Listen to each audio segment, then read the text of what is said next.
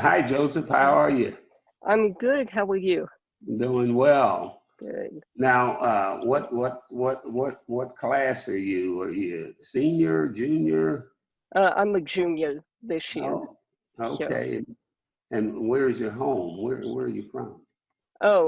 Rock Hill, actually. Oh, I'm okay. You're born in, not an international student. no, I'm not. The Oh, last okay. name seems like it, but Yes, yes. Uh-huh. Well, thank you for sending your questions along. I really appreciate it. of course, of course. So, but I guess we should just get started. Thank you very much for taking the interview. I appreciate it. Yes, Uh, yes. I know that you are currently the chairman of the Republican National Committee for the Budget Committee, and I Right. was wondering how long you have had that position. Yeah, I've been the chairman for the Republican National Committee, the Budget Committee since 2017, and Okay. it's been going pretty well. What kind of work does that entail? Yeah, what that does is overseeing the budget for the operations of the entire Republican National Party. Oh, And wow. what that means is all aspects of running a national party, from communications to the political side, media. So we generally run on an annual basis, probably $300-400 million budget for the party. So Nice. it's just Wow. making sure that the funds are being appropriated appropriately, preparing an annual budget for our first meeting of each year, which is our winter meeting, and that's generally held in January, February. So, Okay. the entire committee, which is made up of 168 members, we have 3 members from each state and territory. So they have to approve that budget. Oh, wow. Mhm. That's probably a lot of work to get them all on the same page and everything. Yeah, but it has, I must say, it has gone really smoothly over the last few years. That's good. So, how would you, as someone trying to move up in the party, how would you start doing that? Yeah, if it's okay, I'll just share briefly how I got started with the party. Of course, being here, really getting active. I was a member for years living in Texas, but I really didn't get active and involved just due to professional career and things until I moved to Rock Hill, to South Carolina. I career in banking in Texas, took a job here with Nation Bank that became Bank of America. And so that's when I got involved. So it's just getting involved at the grassroots and supporting a candidate. And the first candidate that I supported and started working on helping volunteering on their campaign was our current Congressman Ralph Norman when he ran for the South Carolina House of Representatives. So it just grew from there. And then for 6 years, I served as the York County Republican Party chairman. And then from there, just went on. And I was asked to run for the Republican National Committee representing the state of South Carolina in 2008. Oh, wow. Mhm. Okay. So I am aware that you were also the co-chairman of the convention arrangements. And I was Yeah. wondering what kind of work that entailed. Yeah, so as you know, or may not know, that each major party is responsible for putting on every 4 years, their national convention. So both parties have a committee on arrangement, and being the co-chair and the committee on arrangement, what you oversee is every aspect of preparing for the convention. What we do about a year before, we announce our location of the convention, which is about 2 years before the actual convention date. We have a search committee that go out and look at cities actually put in bids to host the convention. We send out RFPs to various cities. And once that is determined, we are responsible then for, with our legal department, is going to that announced city and working through contracts, because you have to have contracts with the city and with the county, with hotel venues, the venue in which you're going to host the convention. In our case in Charlotte this year was going to be Spectrum Arena. And we also was using the convention center, Charlotte Convention Center. So it's handling all the contracts. Then from there, it's hiring. We had a staff of about 80, 90 people, full-time staff that were working on hotels, venues where state parties can have activities, just transportation, security, because when you have a national convention, it's considered a national security event, since the president and dignitaries will be there. So you have to get the Secret Service, FBI, and local law enforcement involved early on. So that's what it entailed. But also, what most people don't know, we have to have a staff that handle proceedings. So they write the scripts for every speaker, every night, every time, everything that goes on. They're responsible for ensuring that everything goes smoothly, especially when you're working with primetime TV in the evening of these conventions. Everything has to be on time and run really smoothly. Yeah. So that's what it entails. That's a lot of work. Whew. Getting all of the people involved and everything. Right.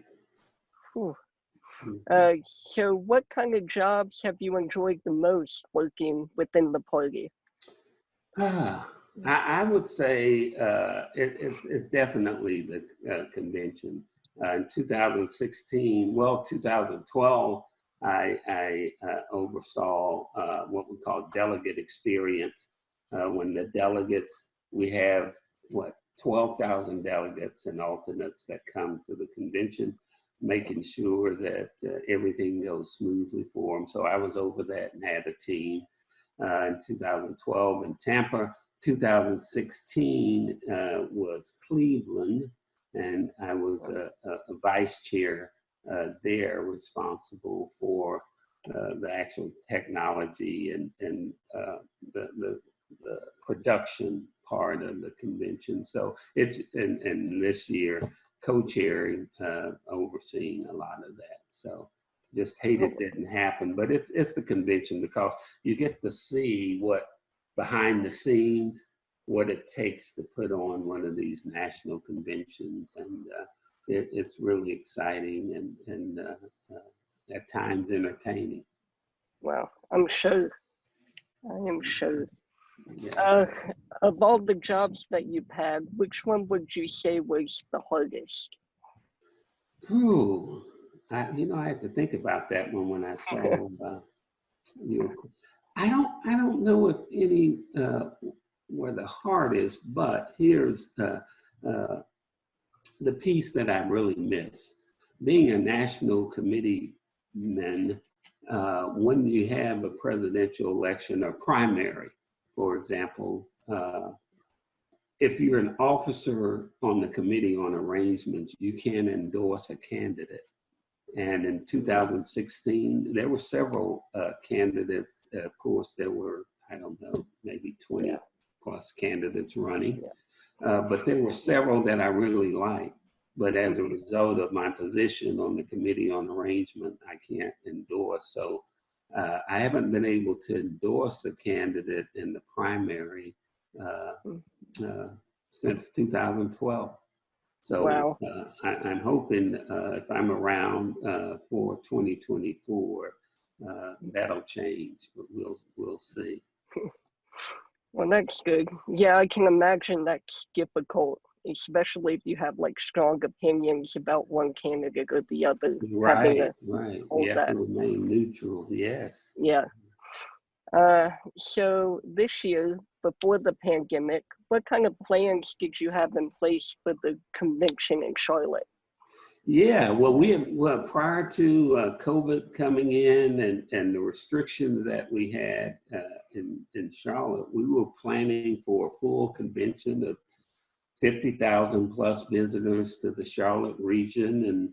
And we were going to use a couple of hotels here in York County as part of that. So we were preparing for everything. Transportation, we had mapped out transportation routes, security. So everything was ready to go. And we only found out a few hours before the president said that we were going to move the convention out of Charlotte.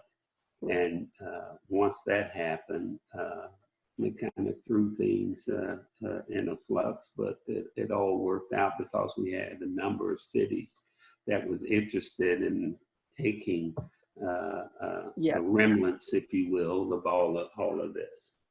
Yeah. So how did that transition like specifically affect you and your job as the co-chairman of the arrangements? Yeah, so what we had to do along with our CEO and president, we actually hired a CEO, Wow. president for committee on arrangement. So along with her and the chairwoman of the party, chief of staff, and officers of the COA, we had to go out and visit these cities that had asked to host the convention, or at least a scaled down convention for us. And we had Atlanta, Savannah, Jacksonville, Florida, Nashville, Houston, Dallas, and Las Vegas. So over several weeks, we had to do those trips, and we of course landed on Jacksonville because all of the venues were right in a nice area. And from what feedback we received from the Secret Service, FBI, that would be a better location for the convention. So we had to scramble and do all of that. We had to get contracts in place for hotels and venues. So it was interesting. And this was only the second time in history that the convention has had to be moved from the primary location to a different city. Really? It also happened in the 80s where the convention was going to be, I think it was with Gerald Ford, it was going to be in San Diego, California. Some things happened there and they had to move it quickly to Miami, Florida. So, so this was a part of history. So we'll go down in the history books in the Library of Congress of all of this. So it was interesting to be a part of it. I'm sure it's probably pretty stressful in the time when it was happening too. Yeah, it was, and expensive because you have to get security. We have a grant when you have these conventions. The federal government give you each party $50 million for security. A portion of that had to stay with Charlotte, and we have to move some to Jacksonville. But even in moving the convention, because of the contracts that we had in place with Charlotte and Mecklenburg County, if we had not had the business portion of our convention in Charlotte, we could have been liable for millions of dollars. So that's why we said we'll have our business portion in Charlotte. We'll go to Jacksonville for the festivities part of the convention. I got it. That makes sense because you got to keep in line with the contracts and stuff that were already in place. Yeah. That's right. So I know you attended the events in Charlotte the one day that they had them, and I was just wondering how that was different from the previous years. Yeah, I hate that because I was looking forward to for experience for Winthrop students and others to have at the convention there. So since we only had the business portion of in Charlotte of the convention, and we can only have X number of folks there, we had what was it, 300 and I think it was 166, 12, I think 336 folks in Charlotte. So we had the two committee people, the committee woman, the committee man, the state party chairman. We had the credentials chairman, and male and female, and our delegation president, which was Governor McMaster, for us in Charlotte. And it worked out. It was a one-day event. We were able to get that done. The business there, and the president, the vice president came to it. So everything worked out well. Yeah, that's good. And I know you just said the main reason you stayed in Charlotte was because of all the contracts and stuff that you had in line. And so I guess I just kind of want to get in the interview on a different note.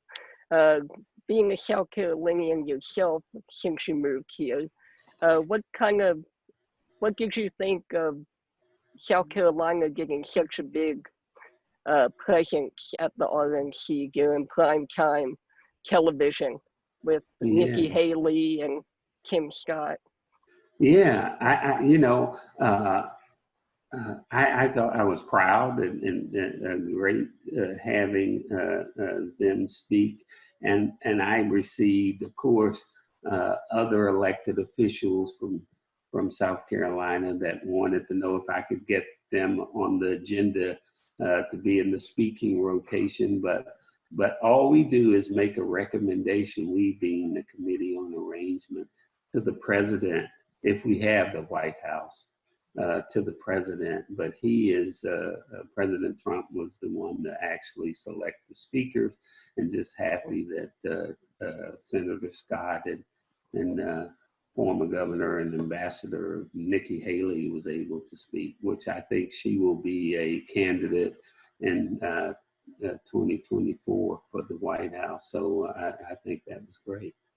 Yeah, it sure looks that way from how everything is being set up.